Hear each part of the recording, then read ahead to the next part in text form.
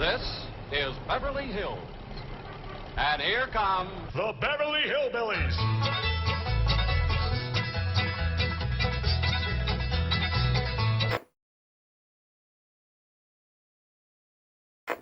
We have just discussed the election of Richard Nixon to the White House in 1968, and with that, people began saying the movement had ended, the 60s era had ended. In fact, it had not ended and had quite a lot of life to it left, but it became more decentralized and much less of a national movement. At this point, I want to focus on what I think were the most significant movements of the late 1960s and 1970s. The story of Cesar Chavez and La Cosa is the story of the last great successful organized labor struggle of the 20th century, and it should be a model for the 21st. It begins, as Chavez's biographer Dan Labatz notes, with a farm worker rebelling against his boss. Sometime in the 1880s, Cesar Chavez, a Mexican peon, got sick of being treated like garbage. His boss was Luis Terrazas, owner of the Hacienda del Carmen. Terrazas was one of the richest men in Mexico and pals with the country's corrupt president, Porfirio Diaz. Anyway, Cesario got into some kind of a stare-down with Terrazas' smart-ass, spoiled brat son, and he instantly regretted it because Terrazas was powerful and could get him drafted into the army. So Senor Chavez did what a lot of working-class guys did in those days. He fled his home in Chihuahua, and he crossed the border into El Paso, Texas, which had a rich, established border community, which would get even bigger during the Mexican Revolution. And he was a hard-working immigrant guy who set himself up with a nice little hauling company, and he homesteaded himself a 100-acre ranch along the Colorado River in Arizona. And he married a woman who bore him 15 children, one of whom stayed on the family farm, Liberado Chavez. And he married a woman named Juana Estrada, another immigrant from Chihuahua, and they had 3 kids, one of whom they named after their abuelo. They named him Cesar Chavez. Chavez was brought up to be an organizer and a manager. His father ran the town post office and the local pool hall. His mother, a very religious woman, gave him a deep moral sense. But the Depression ruined his father and his family. It left his dad, like so many farmer ranchers, with property taxes that he could not pay. On February 6, 1939, the Yuma County Board of Supervisors put his land up for auction.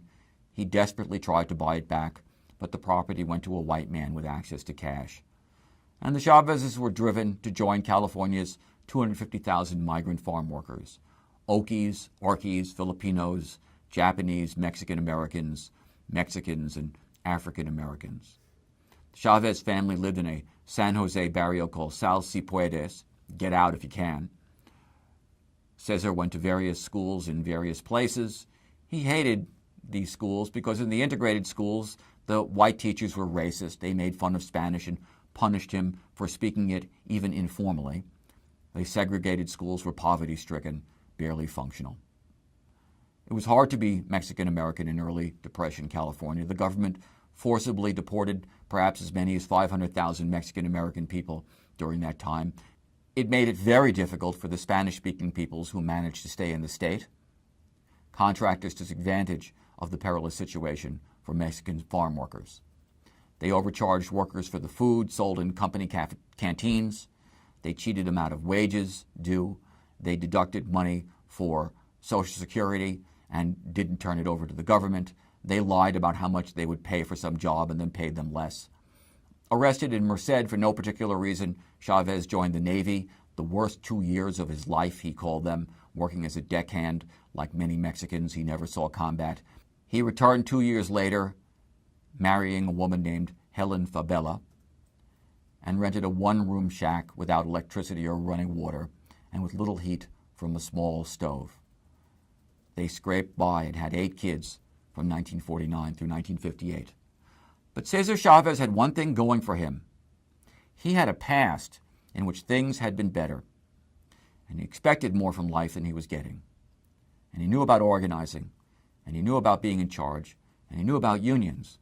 And like the rest of his generation, Chavez knew that he had fought a war against racism abroad, and it was time to engage the same problem at home.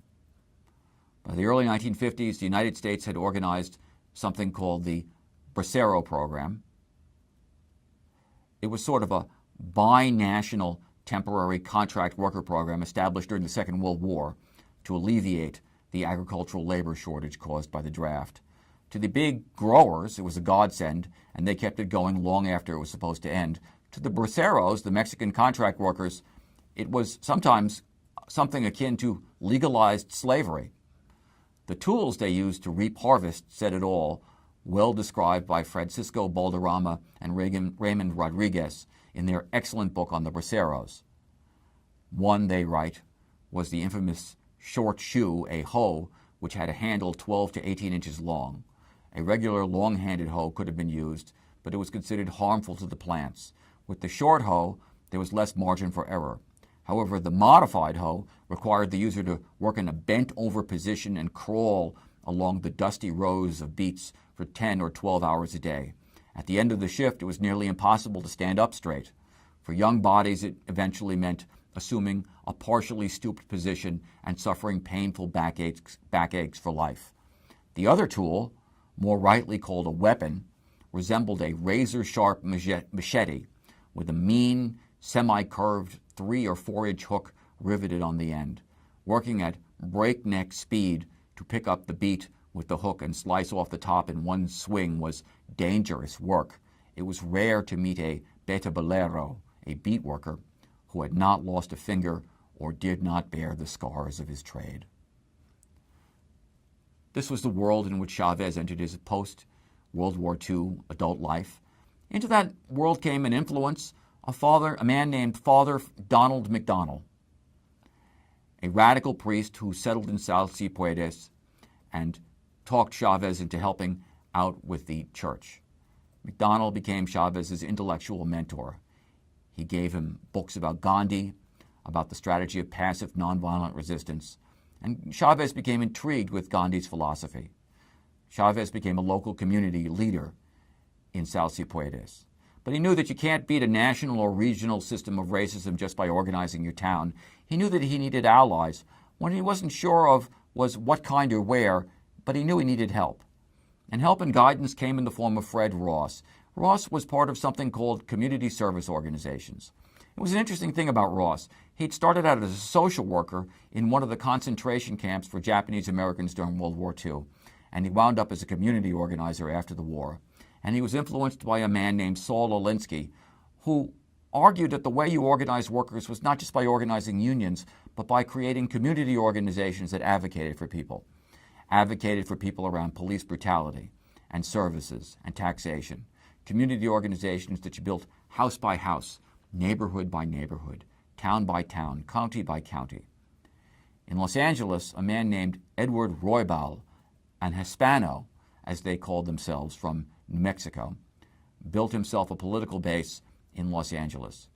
He and Ross joined forces and catapulted Roybal to the Los Angeles City Council using these methods, winning greater representation for Mexican Americans in Los Angeles. And Chavez saw that this was going where he wanted to go, and he joined Roybal and Ross and the Community Services Organization, or CSO as it was often called. But Chavez came to distrust CSO. He felt that its base often consisted of Mexican Americans of the middle class strata with shops and restaurants who wanted equal rights with middle class whites, but looked down on poor working class Mexican Americans and African Americans.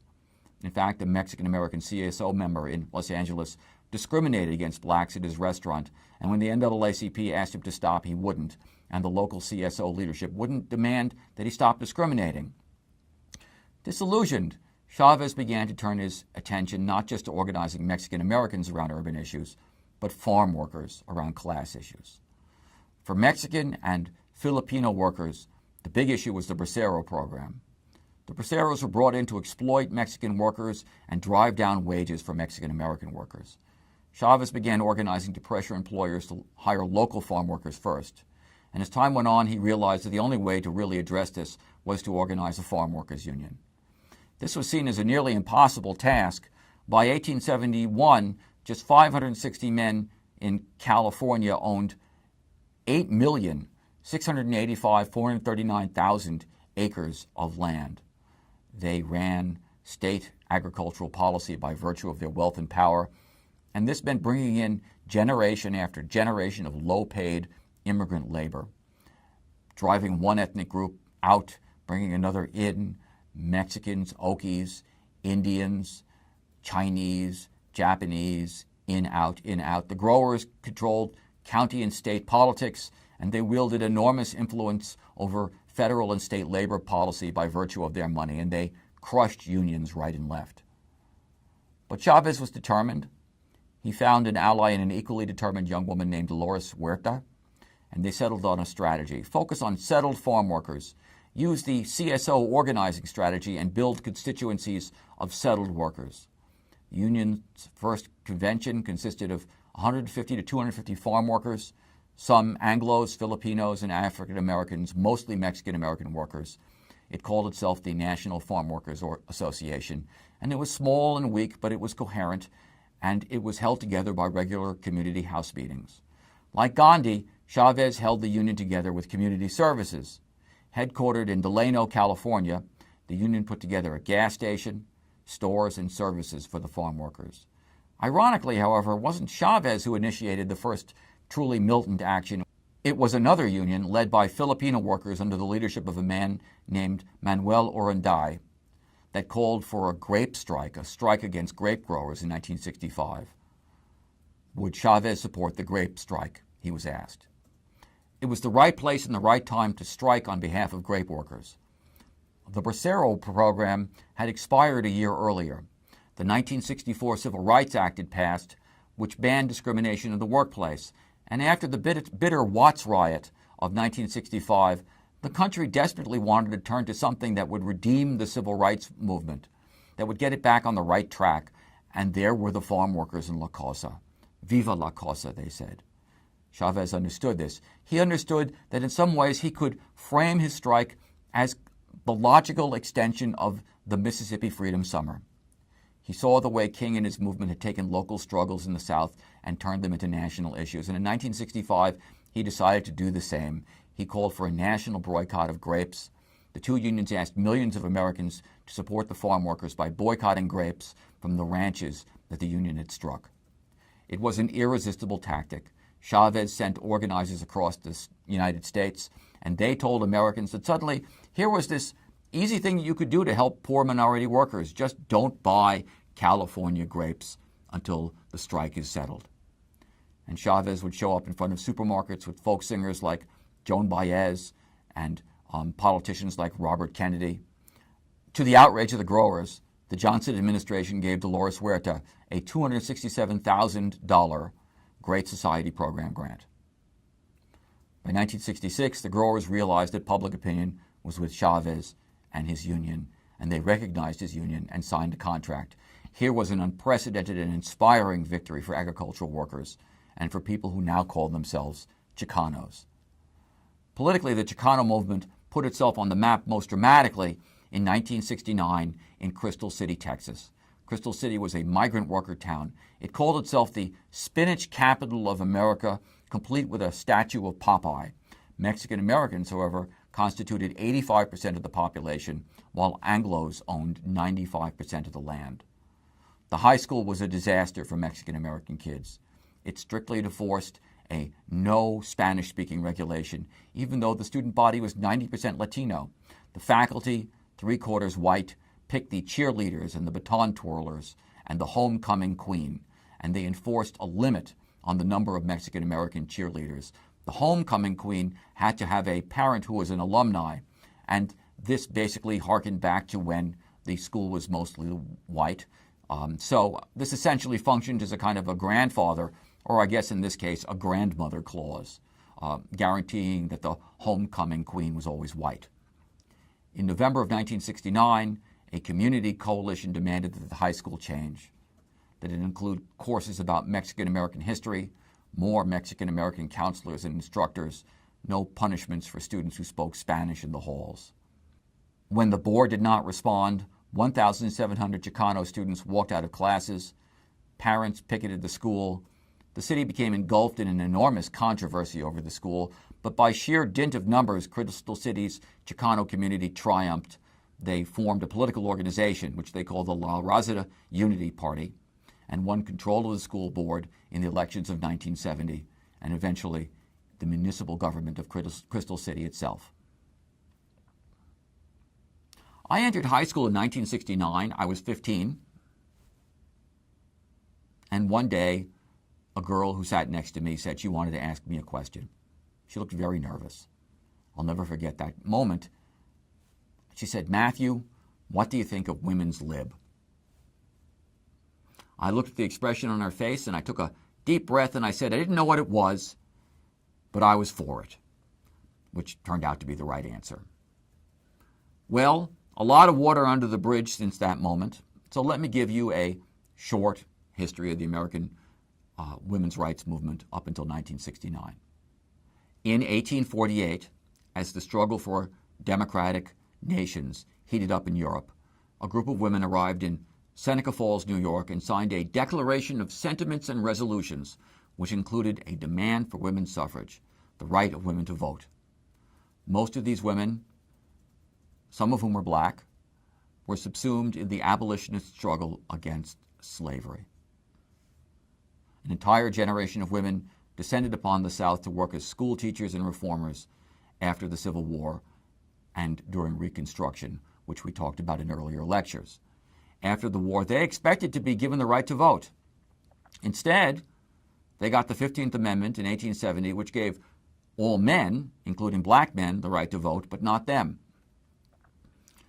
Feminists Elizabeth Cady Stanton and Susan Anthony tried to organize state referendums in Kansas for the ballot, but beyond a few remote states like Wyoming and Utah, they didn't get much. Most women then focused their formal political activities on organizations like the Women's Christian Suffrage Association. In 1878, a constitutional amendment for women's suffrage was introduced into Congress. When the National American Women's Suffrage Association was born in 1890, it concluded that the only way to win suffrage was a constitutional amendment, and it pushed for such an amendment for the next 30 years until 1920, when the 19th Amendment of the Constitution was finally passed, giving women the vote. You would think that this would be the beginning of something big, but the women's movement quickly became divided over subsequent reforms, such as an Equal Rights Amendment introduced by suffragist Alice Paul in 1923. And with that, the women's movement entered into several decades of political ambiguity until it was devastated by the culture of the Cold War in the 1950s. At that point, everything I've told you so far more or less disappeared from public memory. McCarthyism ruled women by insisting that any doctrine that declared women something besides child-bearers and servants of men must surely be communistic. At best, liberals like Adlai Stevenson declared that educated women had the obligation to make the home a place that would bring out the best in men. That was about the best you got in the 1950s. More typically, you got the author Merle Miller, who in a best-selling book warned that a strident minority of women are doing their damnedest to wreck marriage and home life in America. Those who insist on having a husband and a career, they're a menace, and they have to be stopped. That was a quote. Gradually, in the early 60s, these attitudes began to soften up, especially with the publication in the early 1960s of Betty Friedan's The Feminine Mystique and the earlier publication of Simone de Beauvoir's The Second Sex, both explicitly feminist texts. With the emergence of the civil rights movement, the obvious question came up. What about equal rights for women? And at first, it formally manifested itself in Title VII of the 1964 Civil Rights Act, whose Section A1 says, "It shall be an unlawful employment practice for an employer to fail or refuse to hire or to discharge any individual or otherwise to discriminate against any individual with respect to his compensation, terms, conditions, or privileges of employment because of such individual's race, color, religion, sex, or national origin." This was significant, very significant. They added the word sex, which meant gender. But the enforcing agency of the Civil Rights Act, the Equal Employment Opportunity Commission, didn't take the gender part very seriously. And so a group of women angry about this walked out of an EEOC conference in 1966 and started a very important organization called the National Organization for Women. In truth, lots of people have forgotten what it was like for women before the emergence of what historians called second wave feminism. Did you know that up until the mid-1970s, newspaper advertisements for jobs were divided into male and female, as in female secretary wanted, male manager wanted? That government administration manuals used the pronoun he to describe managers and she to describe secretaries and clerks? That in many states women could not establish a business without a male co-signer or even get a credit card without a male co-signer? That all major professional schools in law, medicine, and dentistry had strict ceiling quotas for women? That many universities had higher admission standards for women than men just to keep women out? That in all states, all high schools expelled pregnant girls while their boyfriends remained in class? That in Rhode Island, it was lawful for a husband to beat his wife as an act of chastisement. Chastisement, that was in the law. That airline flight attendants, then called stewardesses, were required to be single, under 32, and were weighed every morning as they came to work. In 1968, feminist groups joined by members of New York's NOW, National Organization for Women, targeted the Miss America beauty contest in Atlantic City, and they created their own mock counter-pageant called Myth America. And what these women quickly discovered was that action produced national attention and national results. It's an interesting thing about civil rights and feminism. When we think about civil rights, we often think about race, and we think about laws and court decisions and police practices and rights, and we've talked a lot about that.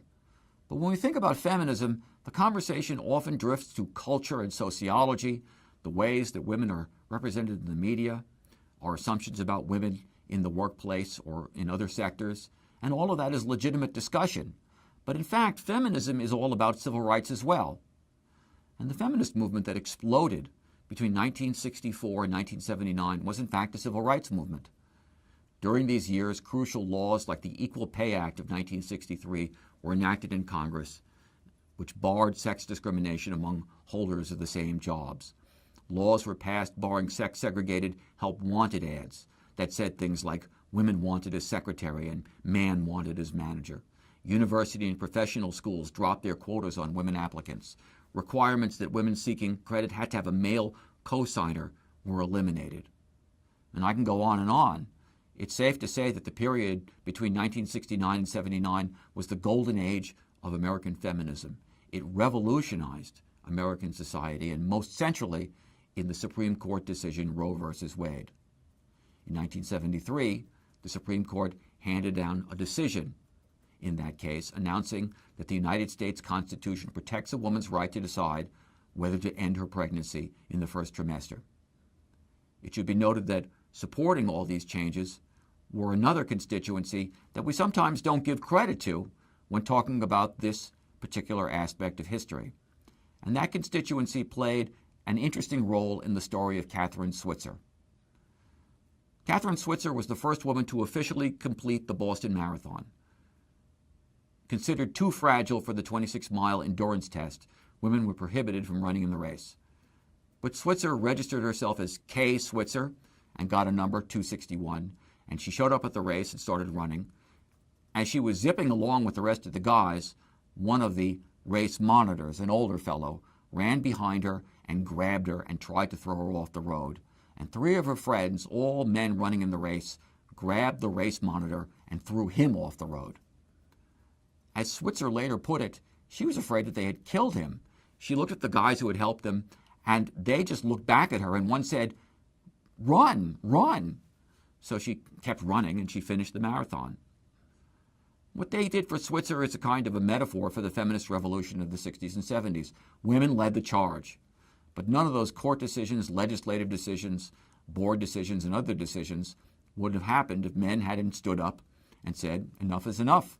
No more gender Jim Crow for women. By the 1970s, Everybody, women and men, were ready for a change. But when most people think about the 1970s, culturally speaking, I'm not so sure they think about these kind of laws and how they were reformed. When I ask in my classes what people think about the 1970s and what they associate with the 1970s, somebody invariably says disco. And I'm sure that most of you have not heard about a record chain called Sam Goody Records. It was the first big record chain network in the USA, and it was my first job. I was 19. It was in Midtown Manhattan, and Sam Goody was a famous guy in Midtown Manhattan at the time. I knew him. He used to yell at me a lot. Anyway, around the corner, there was a place called Studio 54 run by a cokehead named Steve Rubel, who was famous for standing at the door and deciding whether you could gain access. Rubel once denied Cher access. She screamed, "But I'm Cher," and she still didn't get in. Me and my friends sometimes used to stand across the street just to see who Rubel would or wouldn't let in on any given evening. I know, get a life, right? At Sam Goody's through the 1970s, we played disco. The Bee Gees, Donna Summer, Sylvester, all stuff that I loved, all music that I loved. What was disco about? It was, in one sense, a beneficiary of the civil rights movements of the 1960s and 70s, with its emphasis on celebrating the identities of people of color, women, and LGBTQ people. See Donna Summer, the Village People, Sylvester, and other great artists.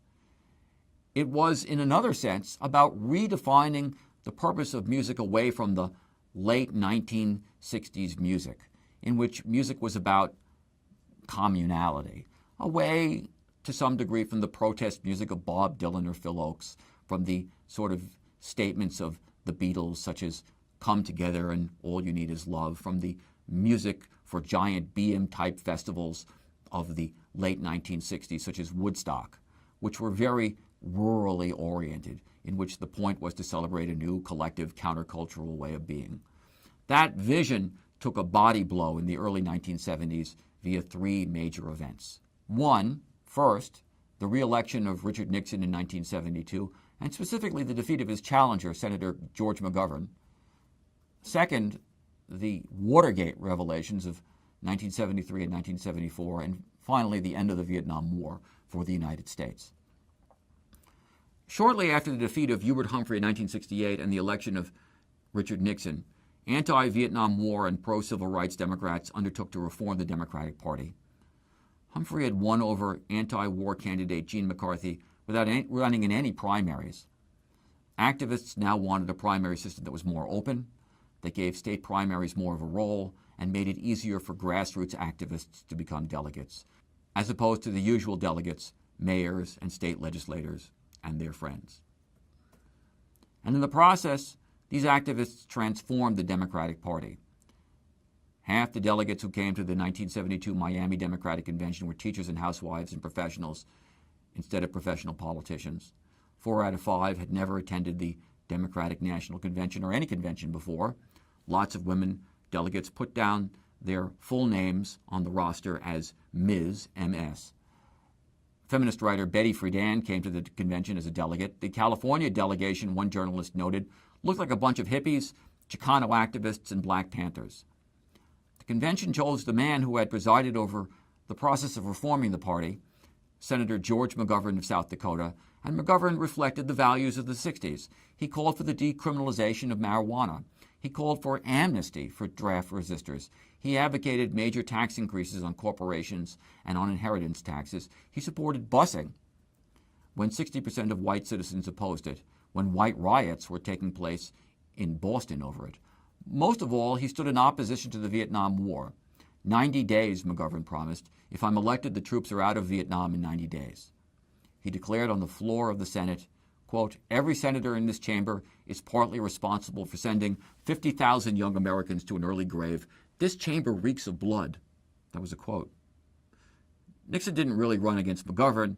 He ran against the radicalism of the 60s. He played on the fear and resentment in mainstream America. He called McGovern the candidate of, quote, acid, abortion, and amnesty, and most important, promised that he was on the verge of ending the war in Vietnam. Nixon trounced McGovern in the national elections. but Republicans lost seats in the Senate, and liberal Democrats now dominated the House. What this reflected was that the 60s activism had broken down into a wide variety of causes: civil rights, environmentalism, anti-war activism, but it lacked coherence as a national movement, and so Nixon was able to scare voters away from it. But Nixon himself was in big trouble on two fronts. In 1971, the New York Times began publishing the Pentagon Papers, as they were called, a classified report prepared by the Defense Department that traced U.S. involvement in Vietnam back to World War II. Richard Nixon was so incensed at this leak of classified documents that he created an investigative unit called the Plumbers. Get it? Plumbers, leaks. To gather information about people that Nixon didn't like Daniel Ellsberg, the former Pentagon employee who leaked the documents. The Plumbers went so far as to break into the office of Ellsberg's psychiatrist looking for dirt about Ellsberg. Then, shortly before Nixon was reelected, local Washington, D.C. police discovered 5 guys trying to break into the Democratic National Committee headquarters at a hotel called the Watergate Hotel in an elaborate plot to bug the DNC headquarters. Soon it came out in the Washington Post that people close to the White House had ordered the burglary. A Republican operative was among the arrested. He'd received a $25,000 payment from Nixon's reelection campaign. Then it was discovered that all 5 of the arrested had links to the White House Committee to Re-elect the President, which unfortunately acronyms as CREEP. 2 members of CREEP were eventually convicted along with the Watergate burglars. Then Nixon announced that he had fired or accepted the resignations of 3 close aides, John Dean, John Ehrlichman, and H.R. Haldeman, for their alleged connections to the burglary, although Dean had been hired to investigate it. Then the Senate held televised hearings on the scandal, and it really turned into a kind of a circus, complete with secret government informers, named one of whom named himself Deep Throat, named after a popular pornography movie at the time. Nixon fired not only his own special prosecutor investigating the scandal, but accepted the resignations of 2 aides who refused to do the firing for him. Finally, it was discovered that Nixon kept tapes of White House conversations, and after months of haggling, enough of the tapes were revealed to show that Nixon had been part of the cover-up of the Watergate break-ins, that he had ordered the FBI to stop its investigation of the break-in crime, and on August 9, 1974, Richard Nixon resigned as President of the United States. I watched Nixon resign from an Irish bar in Midtown Manhattan. I am not a quitter, Nixon declared as he, quit and walked with his family up to a waiting helicopter and disappeared for a while from public life. If this wasn't enough, there was Vietnam. When, in December of 1972, the communist North Vietnamese refused to further negotiate with Nixon, he tried to make good on the old promise to bomb them back into the Stone Age, unleashing a Christmas 1972 raid of 120 B-52 bombers that devastated Hanoi, the capital of then North Vietnam. French television crews documented the carnage. Even Pope Paul VI called for an end to the attack. Finally, North Vietnam's Le Duc Tho came to the negotiating table, but by then the U.S. Congress was fed up with the war, which Nixon had promised to end years ago. They threatened to cut off all funding unless an agreement was reached. Racing for time, Nixon accepted a treaty, the Paris Peace Agreement of 1973, that called for the withdrawal of U.S. forces, the exchange of prisoners, and a vague agreement that the reunification of Vietnam would be carried out step by step through peaceful means. But by late 1974, it was obvious that North Vietnam and South Vietnam were never going to agree on unification. The communists began testing South Vietnamese defenses, which they quickly saw were very weak. And by March 1975, the communists had fought their way to Saigon, South Vietnam's capital. After 58,000 U.S. soldiers had died to prevent this, Americans watched frantic South Vietnamese flood the U.S. Embassy in Saigon, begging to be picked up by helicopters as the last U.S. personnel fled the country. After centuries actually, the nation was finally unified under one government. Eventually, Lyndon Johnson's former Secretary of Defense, Robert McNamara, published a memoir saying that the U.S. had been wrong to get into Vietnam, that the country misread Ho Chi Minh, who was more interested in unifying the country than in communism. As your textbook notes, the divisions caused by the war lasted for years and years, with partisans on the right insisting that the U.S. had just not committed enough firepower, and critics of Johnson insisting that he should never have escalated the war in the first place. Then there was an entire generation of Americans who lost their faith in government thanks to the Vietnam ordeal, despite the fact that they supported many of Lyndon Johnson's civil rights and Great Society initiatives. The Vietnam syndrome, as it was called, had kicked in, and I'm not sure we have ever quite recovered from it. It was in this atmosphere, one of confusion and disillusionment, that disco appeared. Disco was not about building a counterculture or trying to save the world. It was about celebrating one's individuality, celebrating one's identity, going to a club and having a good time and dancing. 60s music was great, but trying to dance to it was, well, complicated. Disco was eminently more danceable.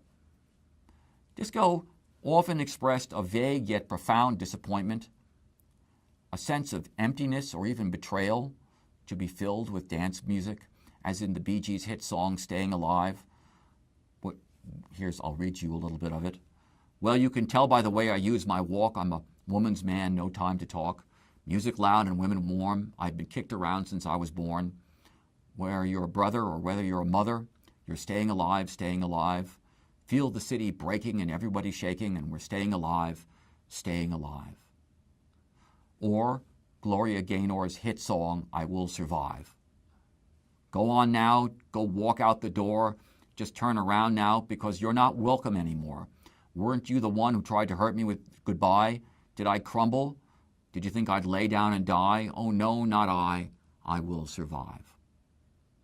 And rock and roll suddenly now was taking on the task of lamenting for the lost 60s, which made it sound self-indulgent and self-pitying, which it really was becoming. And bands such as the Eagles simply counseled that it was time to move on. Don Henley's song, Hotel California, falls into this category, depicting a group of people stuck in the past. And I quote from the song, "Mirrors on the ceiling depict champagne on ice, and she said, we are all just prisoners here of our own device." The 60s seemed like it was fading, yet it also seemed like it was still there. By 1976 or so, I noticed something. I need to confess something to you at this point. Back in 1969, I still had hair, and it was long hair. And working class guys would come up to me and they'd say things like, "What are you, a boy or a girl?" This was not an invitation to dialogue. It was an invitation to a confrontation, which I faithfully ducked out of as quickly as possible. But by 1976, I noticed that a lot of those guys who used to come to me and say to me, "Hey, what are you, a boy or a girl?" A lot of them now had long hair themselves. I mean, they were still jerks, but now they were jerks with long hair. In a strange sense, the world of 1976 was still full of the 60s. Psychedelic head shops, music festivals, women's liberation marches, people standing around chanting Om all day long. People no longer wore suits and dresses to college. They wore jeans, sometimes they wore overalls, and they certainly smoked pot still. And although now a new drug, powdered cocaine, was becoming all the rage, all the paraphernalia was still there, and yet somehow the 60s was over. Why? Well, the answer was the 60s had won. The core purpose of the 60s had won. The core of the 60s was a fight against the culture of the Cold War, a culture of abnormal conformity, a culture that put America into a straitjacket that radically limited the possibilities for young people, for women, for anyone who did not fit into the white suburban nuclear family. The 60s demonstrated against or rioted against or organized against or made fun of that culture until it gave up.